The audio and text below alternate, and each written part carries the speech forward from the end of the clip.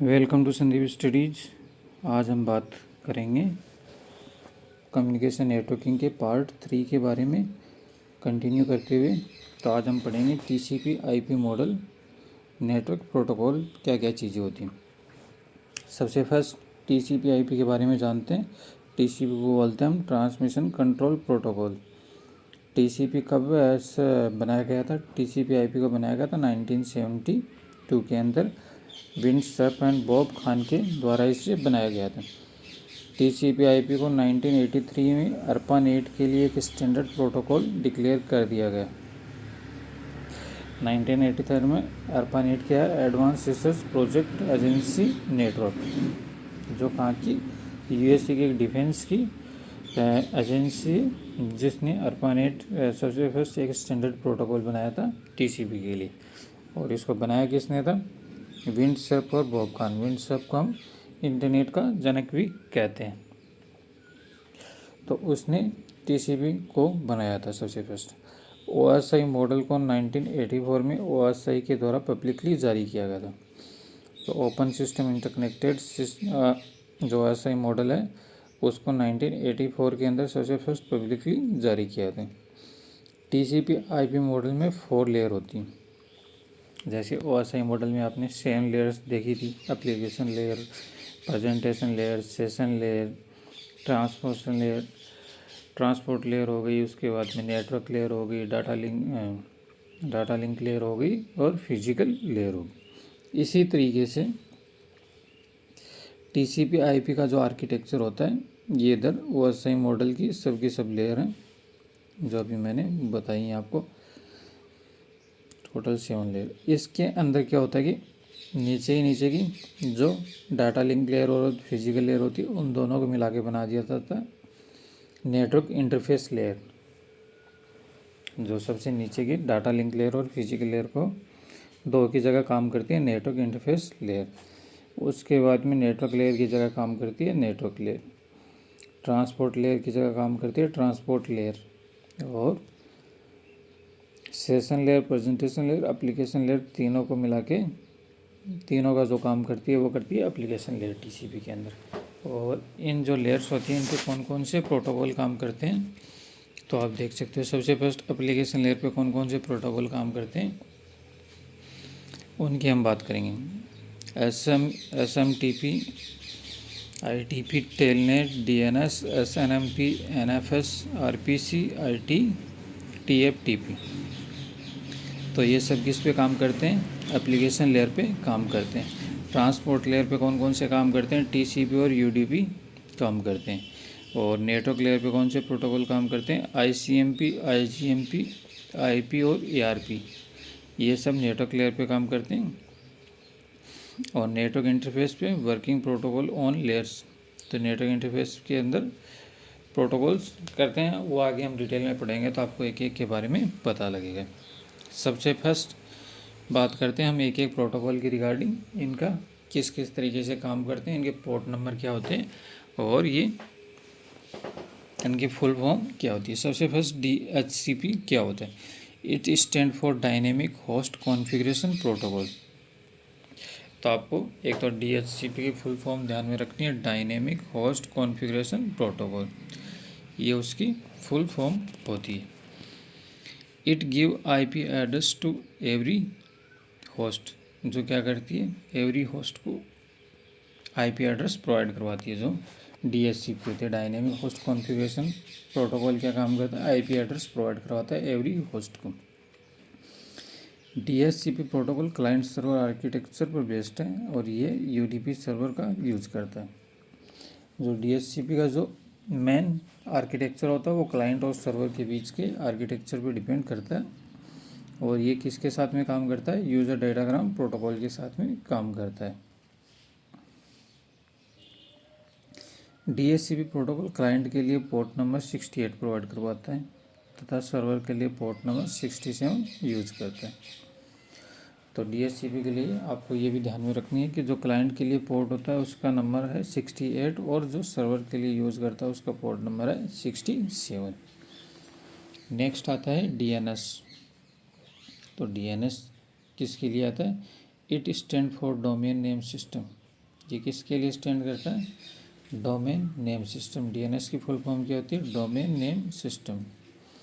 DNS translate host name URL into in corresponding IP address. तो DNS क्या translate करता है? जो यूआरएल होता है उसको कोरस्पॉन्डिंग आईपी एड्रेस के अंदर ट्रांसलेट करता है। जैसे डीएचसीपी ने क्या किया? आईपी एड्रेस प्रोवाइड करवाया उसको, होस्ट को, और ये क्या काम करता है? ट्रांसलेट करता है होस्ट के नेम को कॉरस्पॉन्डिंग आईपी एड्रेस के अंदर। तो डोमेन नेम सिस्टम क्या करता है? जो होस्ट के पास में यूआरएल होता है उसको एक आईपी एड्रेस को एक होस्ट नेम में कन्वर्ट करता है। For example the domain name जैसे www.sandeepkhechar.in might be translate into 198.168.5.4। ये आईपी एड्रेस है मेरे पास में, IP4 एड्रेस है सपोज करो, तो उसको इससे कनेक्ट कर दिया डोमेन से। तो आप जो कोई भी वेबसाइट देखते तो उसका एक आईपी एड्रेस होता है और आईपी एड्रेस को डोमेन दिया होता है, तो वो किससे कनेक्टेड होता है? डीएनएस से कनेक्ट, डीएनएस प्रोटोकॉल उस पर काम करता है। Port number for the DNS is use 53। तो जो डीएनएस पोर्ट यूज करता है वो कौन सा यूज करता है? 53 ही यूज करता है। Port number 53 used by DNS, it can work both TCP and UDP. तो जो डीएनएस होता है वो टीसीपी और यूडीपी दोनों प्रोटोकॉल पे काम करता है, but generally work on UDP पे काम ज़्यादा करता है। थर्ड प्रोटोकॉल आता है अपने पास में SNMP. It stand for simple network management protocol, SNMP. तो एसएनएमपी की एक तो आपको फुल फॉर्म ध्यान में रखनी है, simple network management protocol. SNMP is a framework used for managing device on the internet। SNMP क्या काम करता है? ये एक फ्रेमवर्क होता है SNMP, सिंपल नेटवर्क मैनेजमेंट को। तो नाम से ये कि ये सिंपल है और नेटवर्क को मैनेज करने के लिए जो प्रोटोकॉल यूज़ करते हैं उसको हम बोलते हैं SNMP। तो ये एक फ्रेमवर्क है, किसके लिए यूज़ होता है? Managing device on the internet. तो डिवाइसेज होते हैं इंटरनेट पे, उसको मैनेज करने के लिए, नेटवर्क होते हैं उनको मैनेज करने के लिए किसका यूज़ करते हैं? SNMP का यूज़ करते हैं। It provide a set of operation for monitoring and managing internet.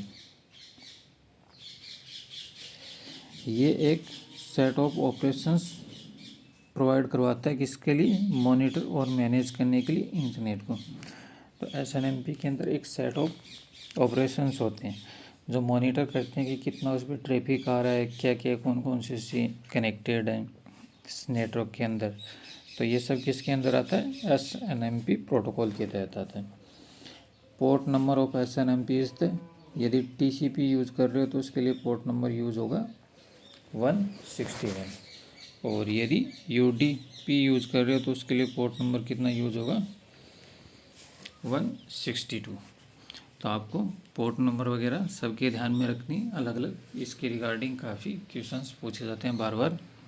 जो भी एग्ज़ाम आप दे रहे हो तो ये प्रोटोकॉल की रिगार्डिंग पोर्ट नंबर आपको ध्यान में होनी चाहिए, और दोनों के अलग अलग होते हैं। TCP का 161 और UDP के 162। इसके बाद में नेक्स्ट प्रोटोकॉल आता है SMTP। ये आपने बहुत बार सुना होगा SMTP, जैसे ही मेल वगैरह करते हैं आप SMTP का नाम सुना होगा। It stand for simple mail transfer protocol. यदि आपको कोई मेल भेजनी होती है तो जिसके अंदर जो प्रोटोकॉल काम करता है सबसे बेसिक, तो उसको बोलते हैं SMTP, simple mail transfer protocol. Mail को ट्रांसफ़र करने के लिए जो प्रोटोकॉल यूज किया जाता है उसको हम बोलते हैं SMTP। और भी प्रोटोकॉल होते हैं लेकिन बेसिक जो प्रोटोकॉल्स होता है सिंपल मेल कि बेसिक भेजने के लिए, उसके लिए SMTP का यूज़ करते हैं। Port number for SMTP is 65। तो इसका जो पोर्ट नंबर होगा वो होगा 25। जो पोर्ट नंबर होगा SMTP के लिए कौन सा यूज़ होगा? ये काफ़ी रिगार्डिंग, इसके रिगार्डिंग बहुत बार क्वेश्चन पूछा जाता है। SMTP का पोर्ट नंबर 25 होता है। Port number 25 use by the SMTP, it uses TCP। तो ये जो प्रोटोकॉल कौन सा कंट्रोल यूज़ करता है? ट्रांसमिशन कंट्रोल प्रोटोकॉल यूज़ करता है। अब इसमें SMTP मीम होता है तो वो किसके लिए यूज़ करते हैं? तो मीम की फुल फॉर्म होती है मल्टीपर्पज़ इंटरनेट मेल एक्सटेंशंस।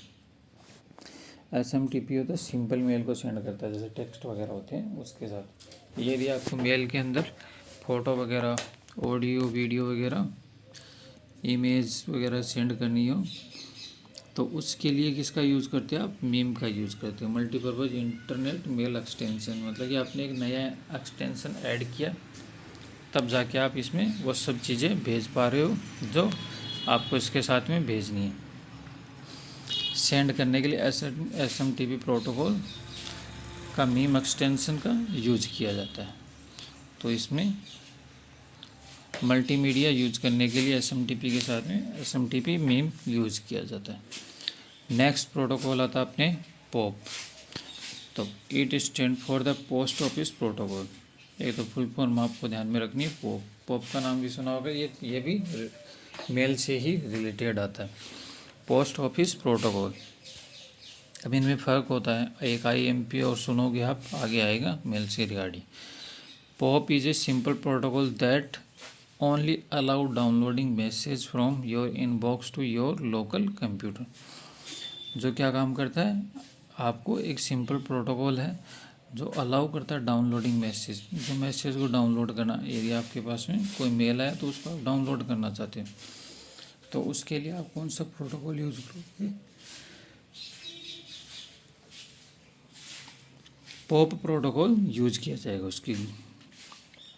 तो ये क्या काम करता है? Your inbox to your local computer.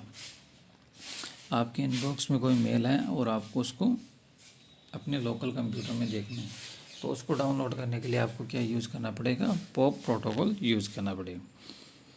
The pop work on the port number 110 और इट वर्क ऑन TCP। और ये किस पे काम करता है? TCP पे काम करता है और इसका पोर्ट नंबर कितना होता है? 110 होता है। Pop 3 is represent the 3 version of pop.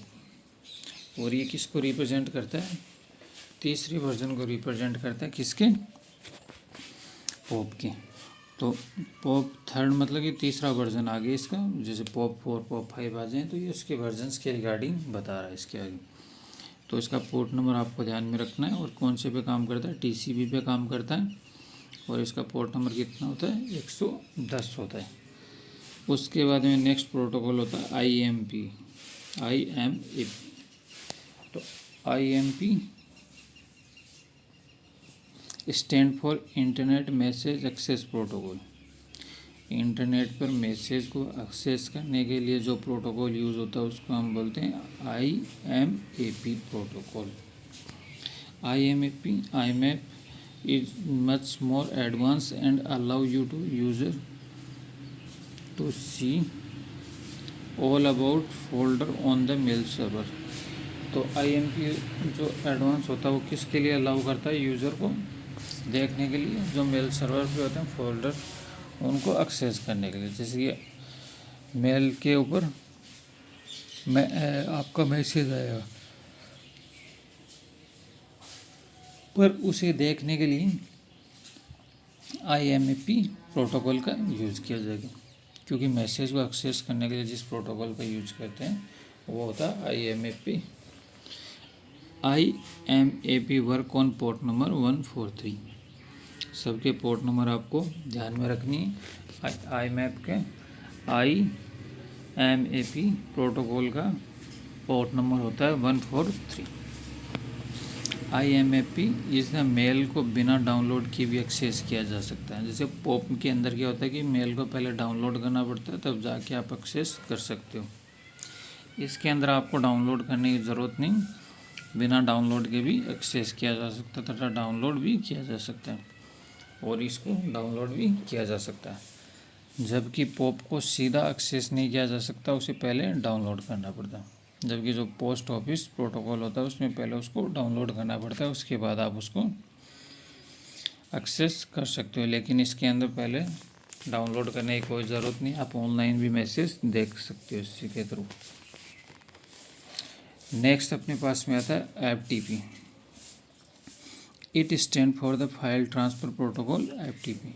It use to transfer और copy of the file from host to another host.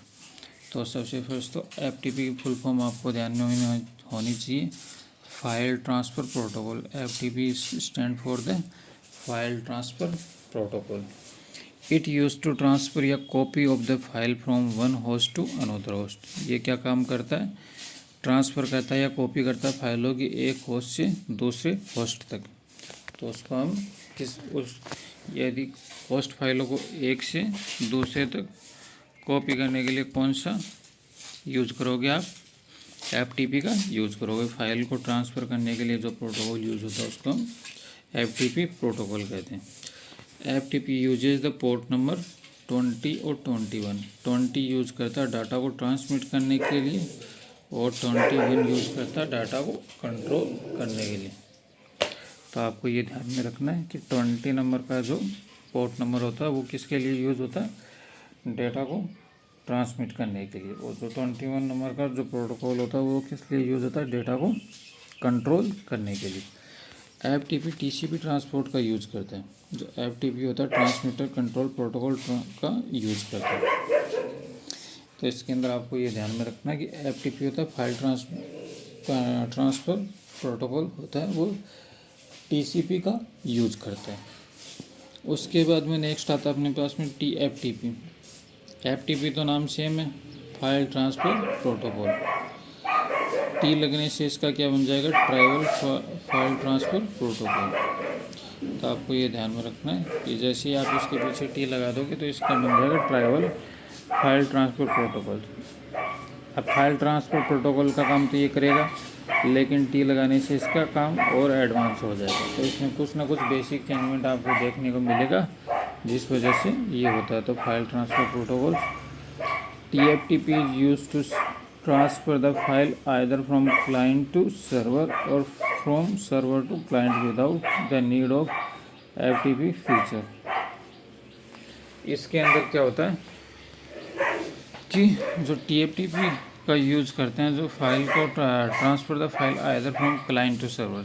तो इसके अंदर क्या होगा? क्लाइंट से सर्वर या फ्रॉम सर्वर टू क्लाइंट, दोनों डायरेक्शंस के अंदर without need of FTP features. जैसे फाइल ट्रांसफ़र प्रोटोकॉल्स के अंदर क्या होता है कि आप फाइल भेज रही हो एक साइड से, जैसे क्लाइंट से सर्वर जा रही है या सर्वर से क्लाइंट आ रही है, तो उसके अंदर क्या होता है कि दोनों एक साथ में नहीं चलती। ट्राइवल्स के अंदर क्या होंगे कि दोनों एक साथ काम कर सकती हैं। Software of TFTP is smaller than FTP। जैसे फाइल ट्रांसफ़र प्रोटोकॉल्स होता है वो बेसिक है पहले का, जिसमें अधिकतर काम हो जाता है, पर एडवांस उसका वर्जन होगा वो TFTP होगा। Software of TFTP smaller than FTP। ये उससे छोटा है FTP के मुकाबले और फास्ट है। TFTP work on the port number 69। It's service is provided by UDP। जो FTP है वो काम करता है TCP कंट्रोल प्रोटोकॉल पे, और TFTP काम करता है UDP कंट्रोल प्रोटोकॉल पे। तो आपको ये इनमें बेसिक डिफरेंस है, और ये उसका FTP का बहुत एडवांस वर्जन जो दूसरे प्रोटोकॉल पे काम करता है, यूजर डेटाग्राम प्रोटोकॉल्स के साथ में काम करता है, और ये उससे फास्टर है और उससे स्मॉलर पड़ता है। तो इसकी स्पीड भी फास्टर है उसके मुकाबले, और इसमें दोनों चीज़ें एक साथ में पॉसिबल है, क्लाइंट टू सर्वर और सर्वर टू क्लाइंट, और उसमें एक टाइम पे एक सिंगल ही पॉसिबल है। तो ये इसमें बेसिक डिफरेंस है। उसके बाद में नेक्स्ट पे चलते हैं हम, Telnet. It stand for telecommunication network या टर्मिनल नेटवर्क भी बोलते हैं। तो टेल नेट की फुल फॉर्म आपको ध्यान में रखनी है। एक तो होती है टेलीकम्युनिकेशन नेटवर्क, और इसके साथ में टर्मिनल नेटवर्क भी बोल सकते हैं। Telnet is use for port number 23। It work on the TCP। जो टेलनेट होगा वो कौन से पोर्ट नंबर पे काम करेगा? 23 नंबर पोर्ट पे काम करता है, और it work on the TCP। और ये किस पे काम करता है? ट्रांसमिशन कंट्रोल प्रोटोकॉल से। सबसे फर्स्ट जो FTP होते हैं वो 2 पोर्ट पे काम करते हैं, 20 और 21 पे, ठीक है। और TFTP है वो काम करता है 69 नंबर पोर्ट पे, और टेल है वो काम करता है 23 पे। तो 20 और 21 दो किस पे काम करते हैं, FTP पे काम करते हैं। और 22 नंबर पोर्ट आएगा वो आगे आएगा SS पे, अभी पढ़ लेते हैं हम। It stand for the secure shell, secure shell जो SH की फुल फॉर्म होती है secure shell. SH work on the port number 22। तो ये लगातार है 20 और 21 किसके लिए काम करते हैं, FTP के लिए काम करते हैं। 22 नंबर पोर्ट किसके लिए काम करता है, सिक्योर सेल के लिए काम करता है। और 23 नंबर पोर्ट किसके लिए काम करता है, टेल नेट के लिए काम करता है। टेली कम्युनिकेशन नेटवर्क बोलते हैं जिसको, टर्मिनल नेटवर्क के साथ में काम करता है। STP की फुल फॉर्म क्या होती है वो आपको ध्यान में रखनी है। STTP का आपने नाम बहुत सुना होगा। STTP stand for the hyper text transfer protocol. तो STTP की फुल फॉर्म होगी हाइपर टेक्स्ट ट्रांसफ़र प्रोटोकॉल। एक तो आपको ये ध्यान में रखनी है। It is protocol use to access the data on the World Wide Web. तो इसके अंदर क्या होगा कि ये जो प्रोटोकॉल यूज़ होता है एक्सेस करने के लिए वो किस पे यूज़ होता है, वर्ल्ड वाइड वेब पे यूज़ होता है। तो STTP का आपने नाम बहुत सुना होगा, ये किससे, वेब से रिलेटेड है। तो आपको इतना पता ध्यान है कि इसका यूज़ कहाँ पे होता है, access the data on World Wide Web. तो www कोई भी वेबसाइट होती है तो वो STTP का यूज़ करती है, hyper text transfer protocol use होता है उसके अंदर। तो इसका पोर्ट नंबर आपको ध्यान में रखना। STTP is the work on port number 80 पे, और इट वर्क ऑन TCP पे काम करता है ये। तो सबसे फर्स्ट STTP का पोर्ट नंबर कितना होता है, 80 होता है, और इसके साथ में ये TCP पे काम करता है। उसके बाद में नेक्स्ट आता है STTPS। अब इसमें फ़र्क क्या है, जैसे STTP है वो तो same hyper text transfer protocol, S लगाने से इसकी फॉर्मेट क्या बन जाता है, सिक्योर। तो ये अनवांटेड होती है उस तरीके का जो सर्वर से कनेक्ट होना चाहते हैं उनको एक्सेस नहीं होने देते। तो ये सिक्योर है। जैसे यहाँ पे एक्सेस कर रहे हो डेटा को वर्ल्ड वाइड वेब से, तो STTP सबको अलाउ कर देता है। STTPS होता है तो उसका प्रोटोकॉल क्या था कि अलाउ नहीं करता, अनवांटेड होता है, उन चीज़ों को अलाउ नहीं करता, वो सिक्योर होता है। STTPS is the an extension of the hyper text transfer protocol. ये उसी का STTP का STTPS एक्सटेंशन है, क्योंकि उसी का एडवांस वर्जन है। तो सिक्योर करने के लिए इसको बनाया गया, तो ये अलग से प्रोटोकॉल बन गया। STTPS is working on port number 443। STTP work करता है पोर्ट नंबर 80 पे, और STTPS प्रोटोकॉल काम करता है पोर्ट नंबर 443 पे। इट यूजेज द TCP, ये भी TCP पे काम करता है। STTPS भी किस पे काम करता है, TCP पे काम करता है। और यदि STTPS किन दो से मिलकर बना होता है, एक तो STTP और एक SSL, सिक्योर सेल, दोनों को यदि आप मिला दोगे, सिक्योर सॉकेट लेयर होती है SSL की full form, secure shell, secure socket layer, और STTP दोनों को मिला के दो तो क्या बन जाएगा, वो STTPS बन जाएगा। उसके बाद में नेक्स्ट प्रोटोकॉल अपने पास में NFS। अभी तक जो प्रोटोकॉल चल रहे थे वो किसके चल रहे थे, एप्लीकेशन लेयर के चल रहे थे। उसके बाद में नेक्स्ट प्रोटोकॉल अपने पास में आ गया NFS प्रोटोकॉल।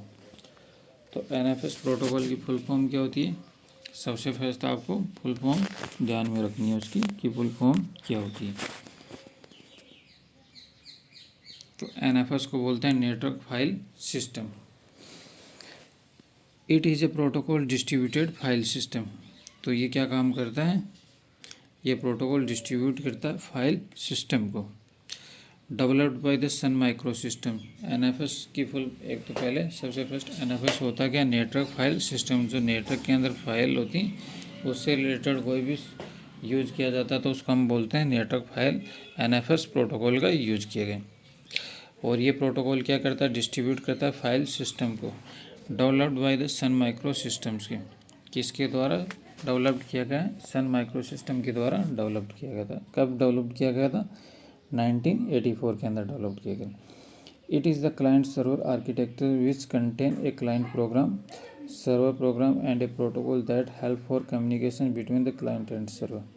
तो ये क्या काम करता है, क्लाइंट और सर्वर आर्किटेक्चर्स होते हैं, उसको कंटेन करने के लिए क्लाइंट प्रोग्राम और सर्वर प्रोग्राम और प्रोटोकॉल्स होते हैं, उनके बीच में हेल्प करता है कम्युनिकेशन करने में बिटवीन द क्लाइंट और सर्वर दोनों के बीच में। तो उन दोनों के बीच में कम्युनिकेट करने के लिए हम कौन सा सर्वर यूज़ करते हैं, NFS प्रोटोकॉल यूज़ करते हैं। NFS is working on the port number 2049 पे। तो 2049 पोर्ट नंबर पे कौन सा प्रोटोकॉल काम करता है, NFS प्रोटोकॉल काम करता है। It uses TCP connection. तो ये कौन सा कनेक्शन यूज़ करता है, TCP कनेक्शन यूज़ करता है कम्युनिकेट करने के लिए।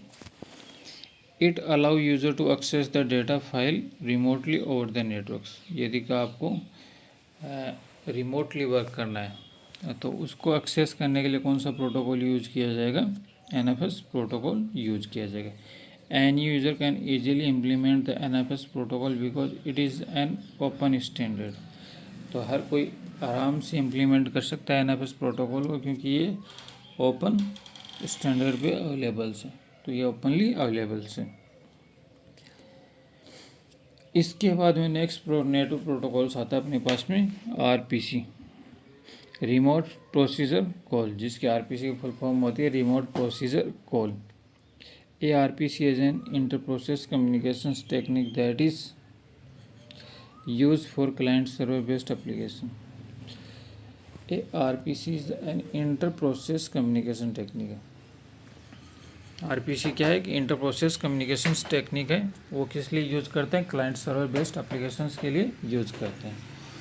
तो it is also allow known as subroutine call या फंक्शन कॉल।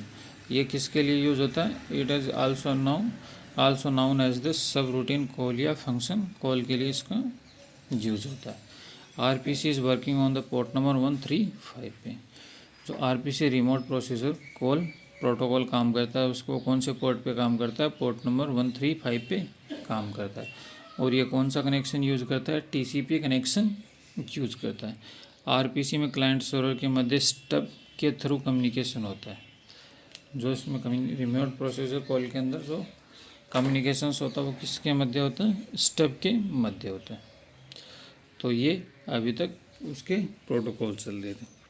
उसके बाद में सेकंड आते हैं ट्रांसपोर्ट लेयर प्रोटोकॉल्स। तो ट्रांसपोर्ट लेयर के प्रोटोकॉल्स कौन कौन से, सबसे फर्स्ट TCP प्रोटोकॉल्स, जो हम TCP पढ़ रहे थे, connection TCP connection, UDP connection. तो सबसे first TCP transmission control protocol. It provides acknowledgement of the receive the packet and resend the lost packet। और ट्रांसमिशन कंट्रोल प्रोटोकॉल क्या काम करता है, ये एक्नॉलेजमेंट प्रोवाइड करवाता है अपने को received packet and resend it lost packet. यदि आपने कोई पैकेट सेंड किया तो उसको रिसीव हुआ या नहीं हुआ और उसको वापस दोबारा से रीसेंड करने का काम कौन सा प्रोटोकॉल करता है, ट्रांसमिशन कंट्रोल प्रोटोकॉल काम करता है। TCP is the reliable protocols. TCP क्या एक रिलायबल प्रोटोकॉल्स हैं जिसके कई कारण हो सकते हैं। जो TCP होता है वो क्या क्या काम करता है, एक करता है एरर को कंट्रोल करता है, जो एरर डिडक्शंस चेकसम पे काम करते हैं। सेकेंड काम करता है फ्लो कंट्रोल पे, सेंडर की स्पीड ऑलवेज लेस देन और इक्वल टू होनी चाहिए रिसीवर के।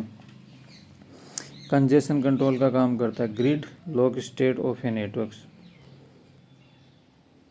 जो TCP होता है पहला, चौथा काम करता है एंड टू एंड या प्रोसेस कम्युनिकेशन प्रोवाइड करवाता है। तो इसके रिलायबल क्यों होता है TCP कंट्रोल प्रोटोकॉल, क्योंकि ये एरर को कंट्रोल करता है।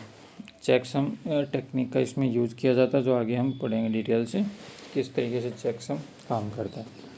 एरर को डिटेक्ट करने का काम करता है, फ्लो को कंट्रोल करने का काम करता है, सेंडर की स्पीड ऑलवेज लेस देन होनी चाहिए हमेशा रिसीवर से। इसके अलावा कंजेशन कंट्रोल करता है, जो ग्रिड लॉग स्टेट पैटर्न्स का यूज़ करता है ये नेटवर्क के अंदर। ये भी आगे एंड टू एंड या प्रोसेस टू प्रोसेस क्या होता है कि जब दो डिवाइसेस को कनेक्टेड कर देता तो उनके बीच में ही कम्युनिकेशंस हो तो उसको हम एंड टू एंड कम्युनिकेशंस कहते हैं, प्रोसेस टू प्रोसेस कम्युनिकेशंस कहते हैं। तो TCP सॉकेट या TCP बफर के द्वारा इसका यूज किया जाता है। उसके बाद में नेक्स्ट चलते हैं हम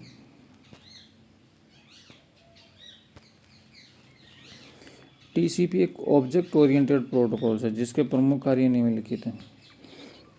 जो टीसीपी होता है एक ऑब्जेक्ट ओरिएंटेड प्रोटोकॉल है और ये सबसे फर्स्ट क्या काम करता है, कनेक्शन को स्टेब्लिश करता है, डेटा को ट्रांसफ़र करता है फुल डुप्लेक्स मोड के अंदर और कनेक्शन को टर्मिनेट कर देता है 3-वे हैंड शेकिंग यूजिंग करते हैं।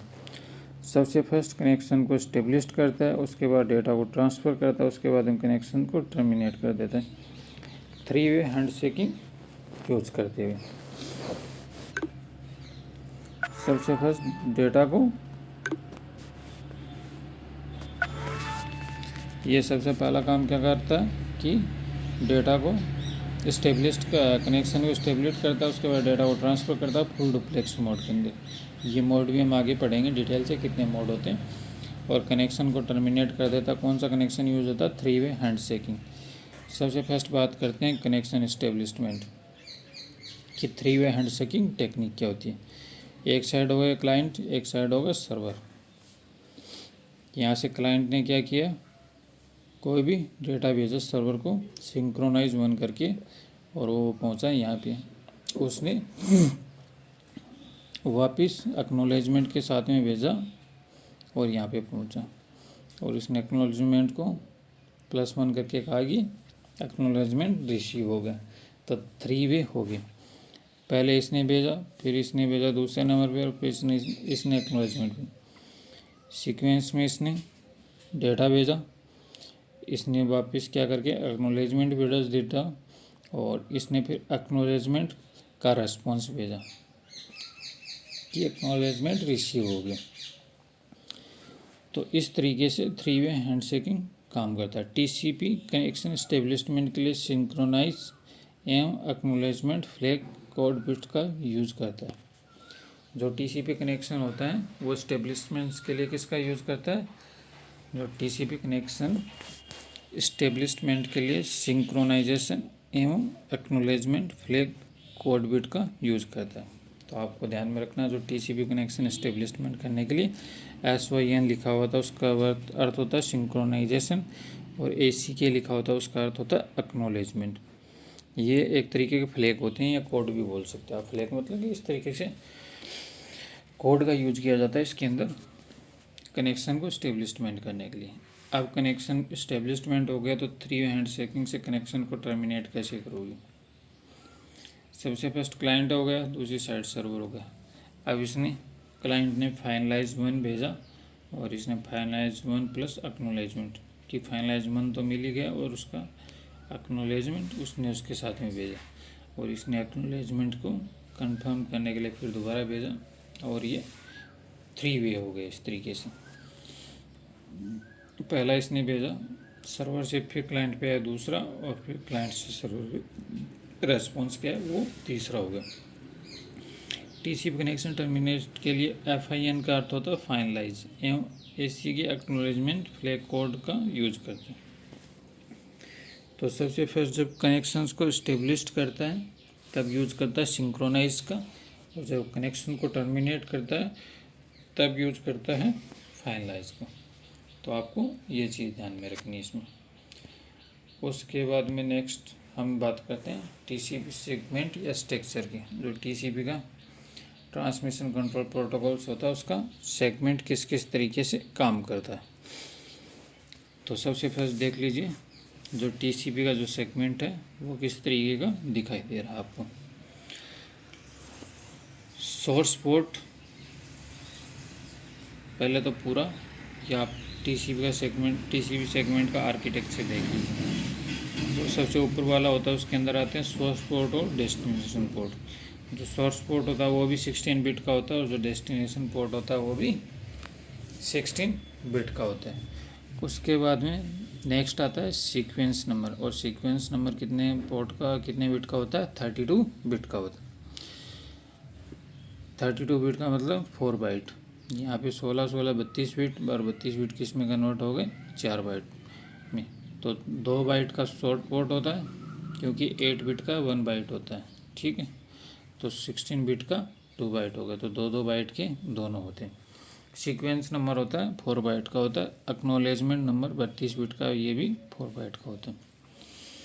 तो यहाँ पे कनेक्शन को इस्टेब्लिश्ड कर रहा है, यहाँ पे कनेक्शन को कम्युनिकेट कर रहा है और उसके बाद में कनेक्शन को कट कर देगा। फाइनलाइज के अंदर फाइनलाइज फ्लेक्स 16 कोड को किसके अंदर आते हैं, जो फ्लेक्स यूज़ करते हैं 16 कोड बिट किसके यहाँ पे यूज़ होते हैं। तो इसका जैसे हेडर की जो लेंथ होती है वो कितने की होती है, 4 बिट की होती है। रिजर्व्ड कितने होते हैं, 6 बिट। फ्लैग कितने होते हैं, 6 कोड बिट की। रिसीवर विंडो कितने की होती है, 16 बिट की। तो ये टोटल कितना हो गया, 32 बिट और कितना का हो गया, 4 बाइट का। उसके बाद में नीचे काम करता है टीसीपी चेकसम 16 बिट। कोई एरर वगैरह कंट्रोल करने के लिए चेकसम टेक्निक का यूज़ करता है ये। अर्जेंट पॉइंटर कितना यूज़ करता है, 16 बिट। तो ये भी कितना हो गया, 4 बाइट। तो इन सब को जोड़ोगे 4 बाइट तो इसका जो है हेडिंग्स होगी पूरी, जो हेडर की जो लेंथ होगी वो कितनी होगी, 20 बाइट्स की जो लेंथ होगी इसकी। उसके बाद में नीचे आता है डेटा और ऑप्शंस होगी, तो इसमें डेटा को भेजा जाता है। टीसीपी का सेगमेंट 20 बाइट का होता है।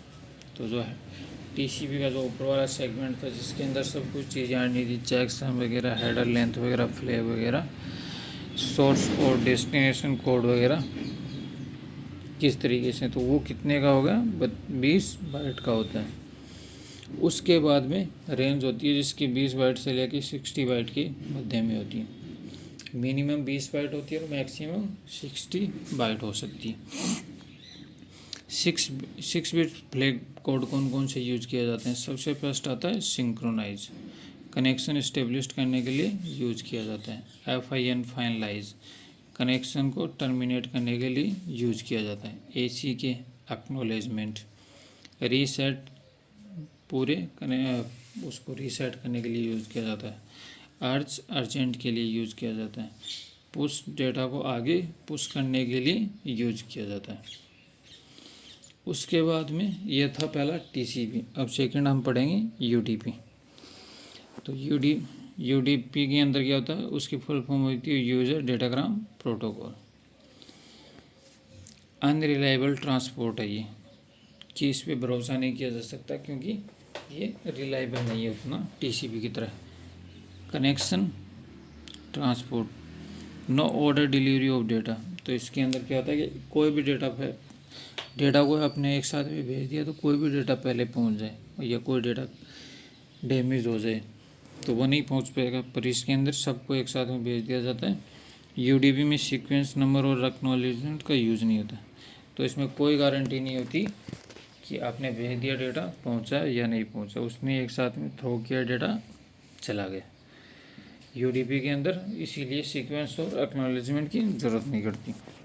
UDP में कनेक्शन स्टेब्लिश्ड और कनेक्शन टर्मिनेट करने के लिए 3 वे हैंड शेकिंग नहीं होती। जो हम 3 वे हैंड शेकिंग की जो टेक्निक पढ़ रहे थे वो किसके अंदर नहीं आती, इसके अंदर नहीं आएगी।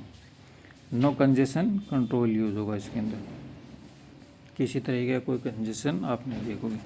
सबसे फर्स्ट इसका आर्किटेक्चर देखते हैं UDP का।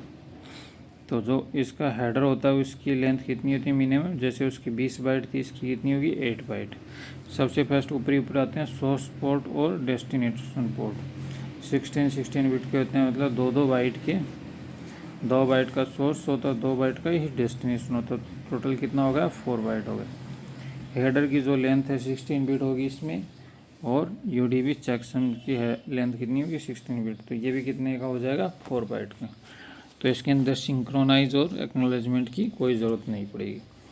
तो इसके लिए जब वो नहीं ज़रूरत पड़ेगी तो आपको कोई फ्लैग वगैरह की ज़रूरत नहीं पड़ेगी। तो ये वाला पूरा पोर्शंस हट गया इसमें से, ये हट गए दोनों।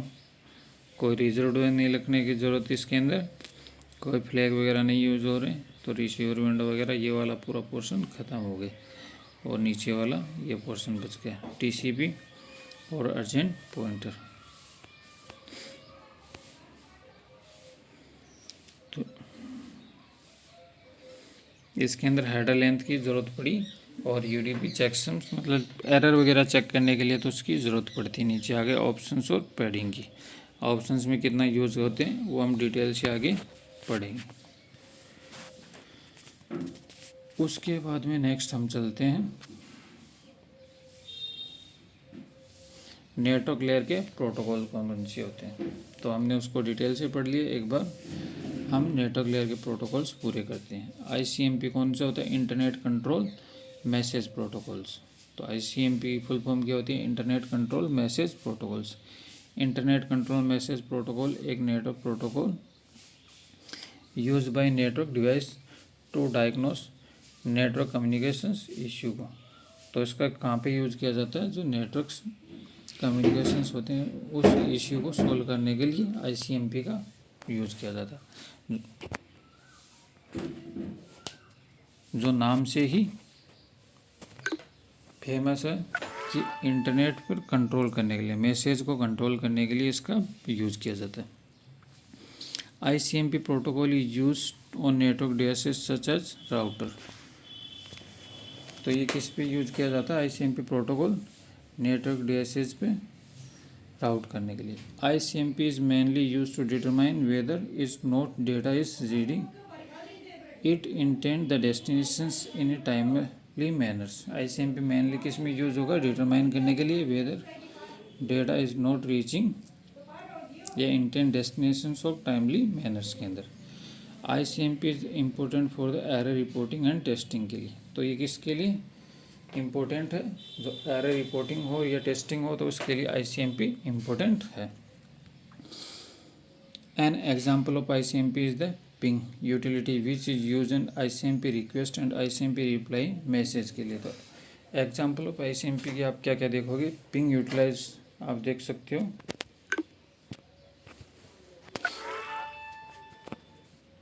When a certain host या port is unreachable,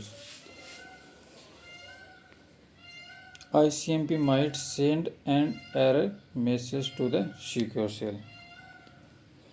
तो ICMP क्या कर देगा, मैसेज कर देगा सिक्योर शेल के लिए अनरीचेबल की कंडीशंस में। पिंग क्या होते हैं, packet internet gropers. It use to test and verify the reachability to host and internet protocol IP networks पे। Another example of ICMP is the trace route. तो trace route क्या होता है, इसके अंदर ट्रेस रूट जो आपने देखा होगा वो किसका एग्जाम्पल है, ICMP का इंटरनेट कंट्रोल मैसेज प्रोटोकॉल्स का एग्जाम्पल है। Ping calculate the time taken by the echo reply request based on the response from the network address of the server. Trace route count how many hops to take packet to reach the host and how long each packet takes. It also calculate the exact path of the packet transfers. तो ये काम करता है कि calculate करता है कि exact path को किस तरीके से ट्रांसफर्स करेगा। तो इंटरनेट कंट्रोल मैसेज प्रोटोकॉल्स के अंदर क्या होगा कि ये जो कंट्रोल करता है, जो मैसेजिंग वगैरह हम करते हैं उस चीज़ को पूरे को कंट्रोल करने का काम क्या करता है, ICMP करता है, जिसके अंदर पिंग हो गया, ट्रेस रूट हो गई। तो ये टेक्निक्स यूज़ होती हैं। जो होस्ट को इंटरनेट प्रोटोकॉल्स होता है उसको वेरीफाई करने के लिए पिंग का यूज़ करता है। ट्रेस रूट क्या काम करता है उसके अंदर, काउंट करने के लिए how many packets reach in the host in the how long each of the hop takes. तो उसको पूरे कंट्रोल करने का काम क्या करता है, ट्रेस रूट के थ्रू होते हैं। नेक्स्ट आता है अपने पास में ARP एड्रेस रिजोल्यूशन प्रोटोकॉल्स। तो ARP की फुल फॉर्म होती है address resolution protocols. ARP is use to find the MAC media access control address. ARP किस लिए यूज़ करते हैं, मीडिया एक्सेस को कंट्रोल करने के लिए यूज़ करते हैं, जो मीडिया एक्सेस कंट्रोल करने के लिए यूज़ करते हैं। ऑफ द होस्ट द इधर token noun from IP addresses. ARP कि सबसे पहले तो आपको फुल फॉर्म ध्यान में रखनी है, एड्रेस रिजोल्यूशन प्रोटोकॉल्स। और ये क्या काम करता है, ये यूज़ करता है, फाइंड करता है media access address of the host from it known IP address. तो ये किसी भी जो भी होता है उसका मैक एड्रेस फाइंड आउट करने के लिए यूज़ करते हैं। जो मीडिया एक्सेस कंट्रोल एड्रेस होता है of the host from it IP noun address. यदि किसी का एक IP एड्रेस होता है तो उसका एक मीडिया एक्सेस कंट्रोल एड्रेस होता है। तो मैक एड्रेस को फाइंड आउट करने के लिए किसका यूज़ करोगे, आप ARP का यूज़ करोगे। दूसरा एक इसका रिवर्स आएगा, नेक्स्ट ही आएगा। ARP map IP address 32 bit logical address to the MAC address physical address. ARP क्या काम करता है आपके पास में, IP एड्रेस होता है किसी का, IP एड्रेस को क्या करेगा, मैक एड्रेस अलॉट करेगा। आपको ये ध्यान में रखना। जो IP एड्रेस होता है वो होता है 32 बिट लॉजिक, 32 बिट का होता है। और जो फिजिकल एड्रेस होता है जिसको मैक एड्रेस बोलते हैं, मैक एड्रेस या फिजिकल एड्रेस भी हम बोलते हैं उसको, वो कितने का होता है, 48 बिट का एड्रेस होता है। तो आपको ध्यान में रखना है। इसका रिवर्स होता है RARP, reverse address resolution protocols. तो इसके अंदर आप ध्यान में रखोगे रिवर्स एड्रेस रिजोल्यूशन प्रोटोकॉल होगा तो वो क्या यूज करेगा, RARP यूज करेगा। The RARP map the MAC address physical address 48 bit address to the logical IP address। तो ये क्या अलाउ करेगा, ये उल्टा करेगा। जैसे ARP क्या काम करता है, IP एड्रेस होती है तो उसको क्या अलाउ करता है, MAC एड्रेस अलाउ करता है, और ये उस प्रोसेस को वापस उल्टा करेगा। तो इसके अंदर क्या होगा, यदि आपके पास में फिजिकल एड्रेस होगा तो उसको वापस IP एड्रेस अलॉट करेगा ये। तो ये दोनों के रिगार्डिंग आपको बेसिक डिफरेंस यही है और ये ध्यान में रखना है। इसकी रिगार्डिंग बहुत बार पूछा जाता है, ARP और RARP। R लगाने से रिवर्स हो जाता तो उसका उल्टा हो जाता पूरा। नेक्स्ट प्रोटोकॉल अपने पास में net, network address translation. Network address translation is the process in which one or more logical IP address is translated into one or more global IP address। तो इसके अंदर क्या होगा, जो नेटवर्क एड्रेस ट्रांसलेशन होगा प्रोसेस करेगा in which one more logical IP address होंगे। जो आपके पास में बहुत सारे IP एड्रेस होंगे तो उसको one more globally IP address के अंदर कन्वर्ट करेगा। And vice versa in the order to provide the internet access to the local host. और ये क्या काम करेगा, जो वाइस वर्स मतलब कि उसके अंदर जो प्रोवाइडेड होंगे इंटरनेट एक्सेस के लोकल होस्ट होंगे तो उसको वापस उसमें कन्वर्ट करेगा। तो नेटवर्क एड्रेस ट्रांसलेशन क्या काम करता है, प्रोसेस करेगा वन और मोर लॉजिकल IP एड्रेस को ट्रांसलेट करेगा, किस में करेगा, ग्लोबल IP एड्रेस, वन और मोर ग्लोबल IP एड्रेस के अंदर। और उसके बाद में order to provide internet access to the local host. तो लोकल होस्ट को इंटरनेट एक्सेस करने के लिए, अलाउ करने के लिए किसका यूज़ करेंगे, नेटवर्क एड्रेस ट्रांसलेशन का आप यूज़ करोगे। Net generally operate on the router या फायरवॉल्स। जो नेटवर्क एड्रेस ट्रांसलेशन होता है वो जनरली किस पे ऑपरेट होता है, राउटर या फायरवॉल पे ऑपरेट होता है। तो आपको ये ध्यान में रखना, जो नेट जनरली किस पे ऑपरेट होता है, राउटर या फायरवॉल पे ऑपरेट होता है। Net is mainly 3 types. जो नेटवर्क एड्रेस ट्रांसलेटर होता है तो वो किस तरीके के होते हैं, 3 टाइप के होते हैं। सबसे फर्स्ट आता है स्टैटिक नेट। स्टैटिक नेट के अंदर इंटरनल लोकल IP एड्रेस का एक यूनिक एक्सटर्नल IP एड्रेस का एक मैप होता है। 1-to-1 मैपिंग होती है इसके अंदर, एक को एक से कनेक्ट होते हैं। जब आप किसी सर्वर में फाइल को यूज़ करते हैं तो आप एक स्टैटिक नेट का यूज़ करते हैं। यदि आप किसी सर्वर पे कनेक्टेड होते हैं सिंगल, तो 1-to-1 कनेक्ट हो रहे हैं तो किसका एग्जाम्पल होगा, स्टैटिक नेट का। डायनेमिक नेट के अंदर क्या होता है, डायनेमिक नेट में मल्टीपल इंटरनेट IP एड्रेस इनको एक्सटर्नल IP एड्रेस के साथ में पोर्ट या मैप किया जाता है, और ये map many to one mapping provide करवाता है। और ये क्या अलाउ करवाता है आपको, आपके पास में बहुत सारी IP एड्रेस होते हैं तो उसको एक मैपिंग अलाउ करवाता है ये। डायनेमिक नेट का यूज़ मेनली नेटवर्क को पब्लिक आउटबाउंड इंटरनेट से कनेक्ट करने के लिए किया जाता है। जो डायनेमिक नेट होती है तो उसके अंदर क्या होगा, जो मेनली नेटवर्क को पब्लिक आउटबाउंड इंटरनेट से कनेक्ट करने के लिए इसका यूज किया जाता है। पोर्ट या overload net, port address translate PAT को एक डायनेमिक नेट का ही टाइप है। PAT multiple internet IP address की मैपिंग एक सिंगल एक्सटर्नल IP एड्रेस के साथ पोर्ट नंबर के माध्यम से प्रोवाइड करवाता है। तो पोर्ट एड्रेस ट्रांसलेशन क्या होता है कि जिसकी फुल फॉर्म आपको ध्यान में रखनी है, PAT, पोर्ट एड्रेस ट्रांसलेशन एक डायनेमिक नेट का ही एक टाइप है। PAT multiple internet IP address की मैपिंग को एक सिंगल एक्सटर्नल IP एड्रेस के साथ पोर्ट के माध्यम से प्रोवाइड करवाते हैं। तो इसी के टाइप्स हैं। स्टैटिक में मतलब कि एक सिंगल टू सिंगल कनेक्ट कर दिया, डायनेमिक में मतलब कि वो चेंज होते रहते हैं। और पैट के अंदर क्या होता है कि एक साथ में बहुत सारे होते हैं, तो उसको एक सिंगल आईपी एड्रेस से कनेक्टेड कर देते हैं। इसमें ट्रैफिक को आइडेंटिफाई फिल्टर करने के लिए पोर्ट एड्रेस का यूज़ किया जाता है। और जो इसके अंदर जो आइडेंटिफाई करना होता है आपको किसी को, तो इसके लिए किसका यूज़ करोगे आप? पोर्ट का एड्रेस का यूज़ करोगे। इससे ज़्यादातर यूज़ होम नेटवर्क्स में होता है। जो नेट का यूज़ होता है ज़्यादातर किस में यूज़ होगा? होम एड्रेस होंगे, होम नेटवर्क्स होंगे, उसके अंदर यूज़ होगा। नेक्स्ट आता है इसके अंदर, लास्ट के अंदर, internet protocol. It is use to sending the packet from source to destination.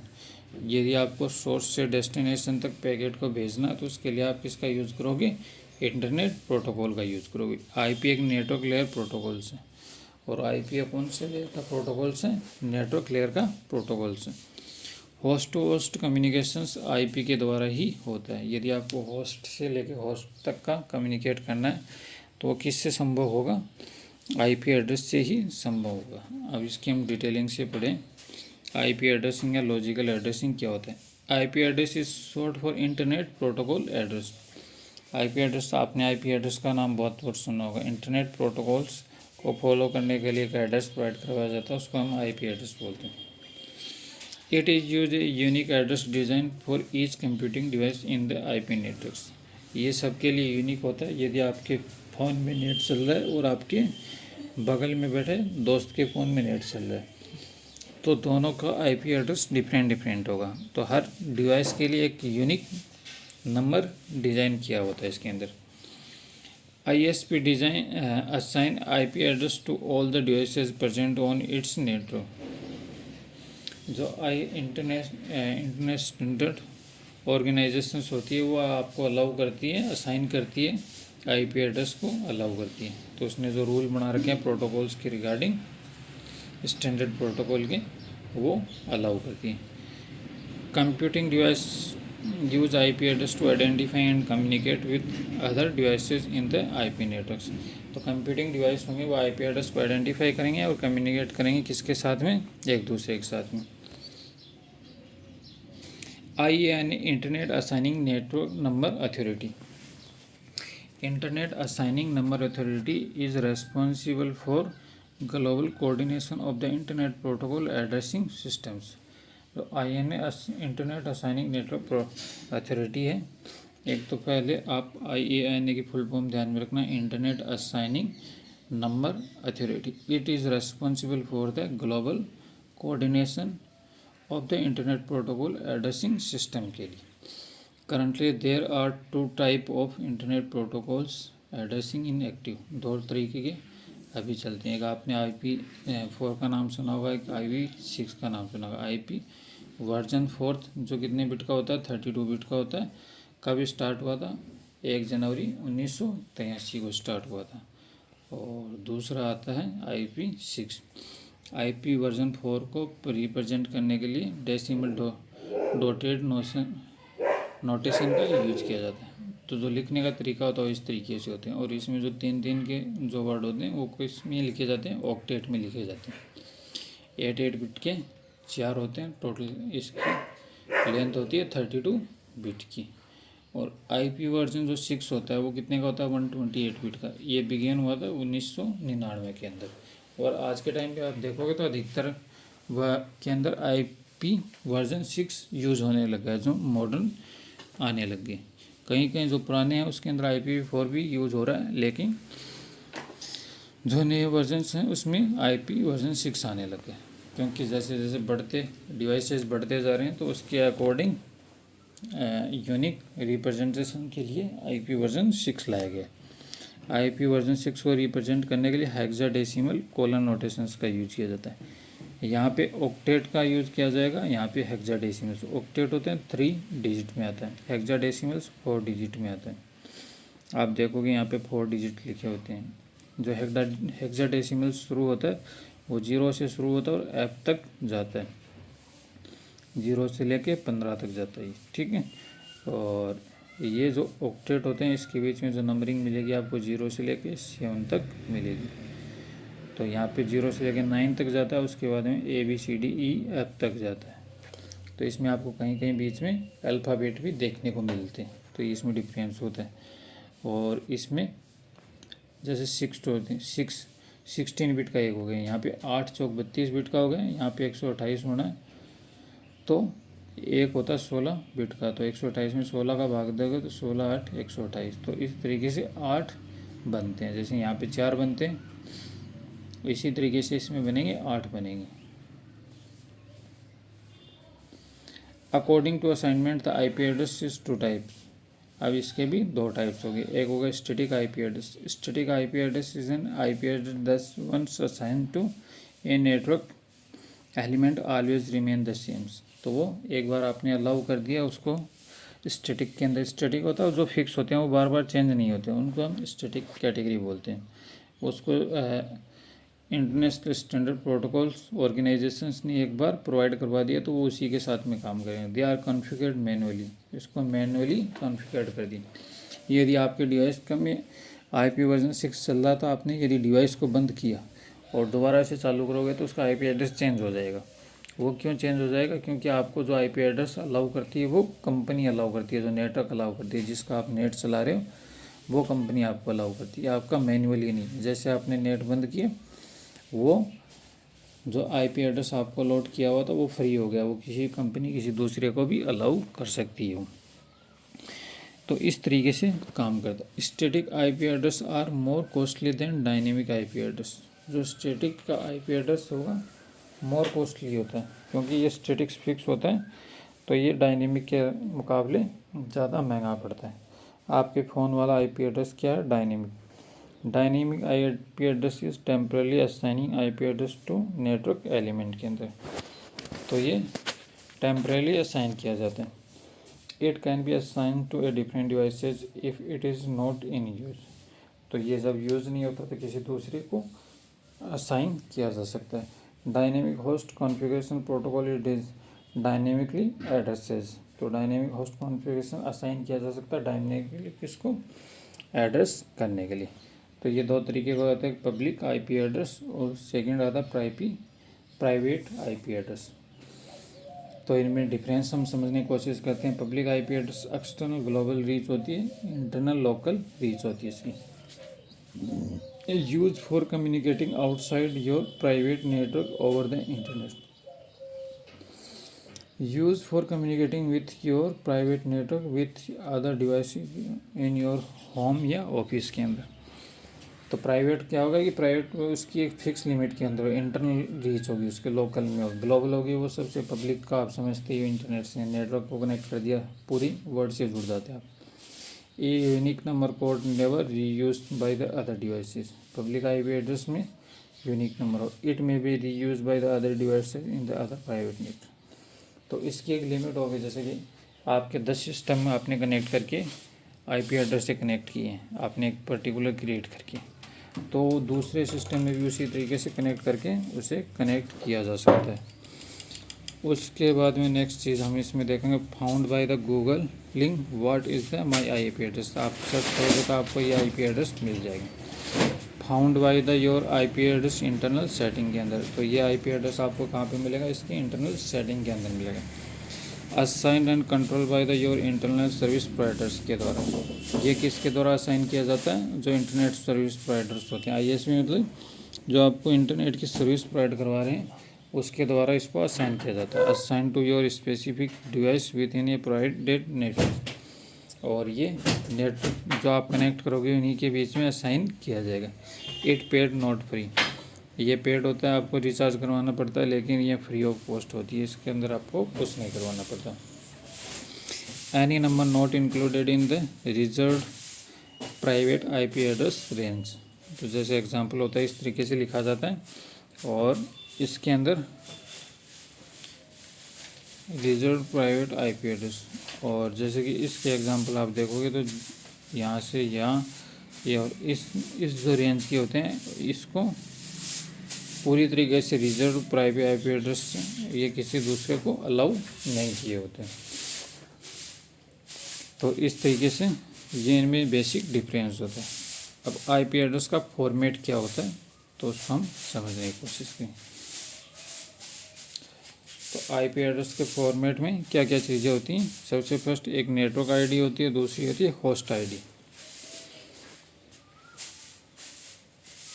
IP address एक 32 bit binary address written as 4 number of separated by dots. तो 32 बिट का होता है तो इसमें 4 नंबर्स के सेपरेटेड किए जाते हैं, डॉट्स से सेपरेटेड किए हुए होते हैं। 4 नंबर आज is called the octet where each octet has 8 bit.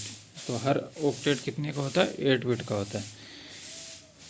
The octet are divided into component ID, जिसको नेट आईडी मतलब network ID, host ID host की आईडी होगी। तो दो पार्ट के अंदर इसको डिवाइडेड किया गया, एक नेटवर्क आईडी के अंदर, एक दूसरी होती है होस्ट आईडी। सबसे फर्स्ट नेटवर्क आईडी क्या काम? It represent the IP address of the network and it use to identify the networks. Network ID क्या काम करती है? इसकी आईपी एड्रेस को रिप्रेजेंट करती है और इसके बाद में आइडेंटिफाई करती है नेटवर्क्स को। होस्ट आईडी क्या काम करती है? होस्ट क्या काम करता है? यूज़र होता है। It represent the IP address host and it use to identify the host within the networks. तो ये रिप्रेजेंट करता है कौन इसको यूज़ कर रहा है, होस्ट इसका कौन है, उसको आइडेंटिफाई करने के लिए इसका यूज़ करते हैं। अब इसके बाद में अब आप इसको देख सकते हो, classifications of IP address. IP address classify करना आपको, तो आप इसको आई थिंक हम इसको अगली क्लास में डिटेल से पढ़ेंगे कि हर को एक एक को क्लासीफाई करना है कि किस किस तरीके से क्लास या आईपी एड्रेस बनेंगे। तो हम नेक्स्ट क्लास में इसको डिटेल से पढ़ेंगे। तो इसको हम डाल देते हैं नेटवर्क आईडी और इंटरनेट प्रोटोकॉल्स को पार्ट नंबर 4 के अंदर। इसको हम डिटेल से पढ़ेंगे। आज का वीडियो काफ़ी लंबा हो गया। Thank you so much.